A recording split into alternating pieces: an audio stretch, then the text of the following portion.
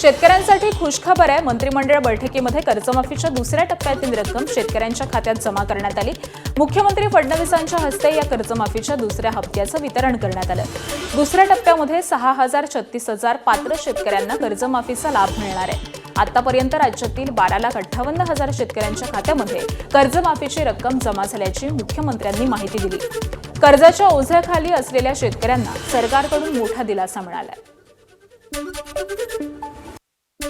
पुण्यश्लोक अहिल्यादेवी होळकर कर्जमाफी योजनेच्या अंतर्गत आज दुसऱ्या टप्प्याचे पैसे आपण रिलीज केले, ज्यामध्ये जवळपास 6,36,000 शेतकऱ्यांना 5,086 कोटी रुपये आज त्यांच्या खात्यामध्ये दिले आहेत।